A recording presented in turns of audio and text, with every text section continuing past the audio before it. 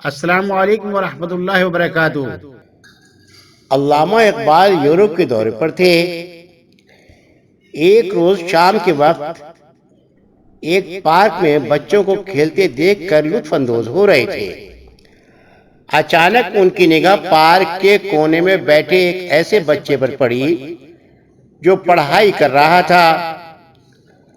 علامہ اقبال کو حیرت ہوئی کیونکہ وہ بچوں کی نفسیات اور فطرت کو جانتے تھے کہ اس وقت کھیل کود کا ٹائم ہے اور وہ بچہ اس ماحول میں پڑھائی کر رہا ہے۔ یہ کیسا بچہ ہے؟ وہ اٹھ کر اس بچے کے پاس گئے اور اس سے بولے کہ آپ کو کھیلنا پسند نہیں؟ بچے کے جواب نے انہیں حیران کر دیا۔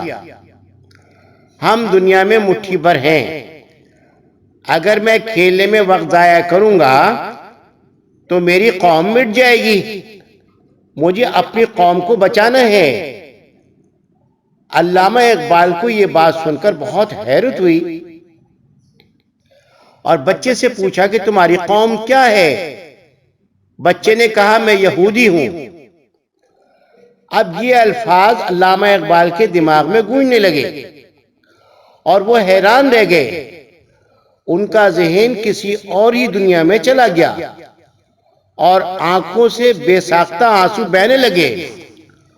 وہ یونان، اسپین، مصر، ایران کی فتح کی کہانیوں سے لے کر ان کو گنوا دینے تک کی وجوہات کا سفر کرنے لگے۔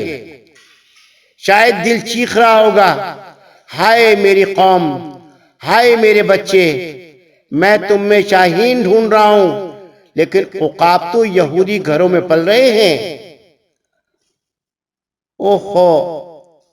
اب یہ ایسا جذبہ تھا کہ علامہ اقبال کیا کوئی بھی فکر مند مسلمان ہو جو مسلمانوں کی عروج و زوال کے سارے واقعات کو جانتا ہو، جو مسلمانوں کی تاریخ سے واقف ہو، اسے تو حیرت ہوگی۔ یہی وجہ ہے کہ آج دنیا میں یہودی تمام معاشرتی نظام کی جڑوں میں بیٹھے ہیں اور ایک کامیاب قوم کی حیثیت سے ابھرے ہیں۔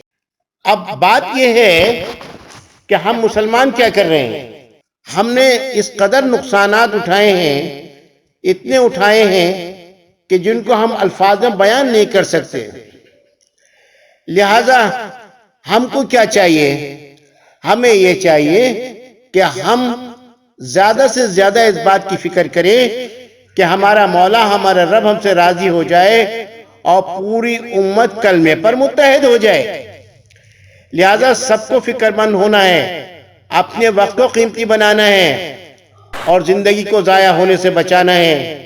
اللہ مجھے آپ کو ان تمام فکر پر اور ان تاریخی حقیقتوں پر بہت زیادہ اہتمام کے ساتھ پڑھنے کی اور اپنی حالت کو سنوارنے کی، سدھارنے کی فکر نصیب فرمائے۔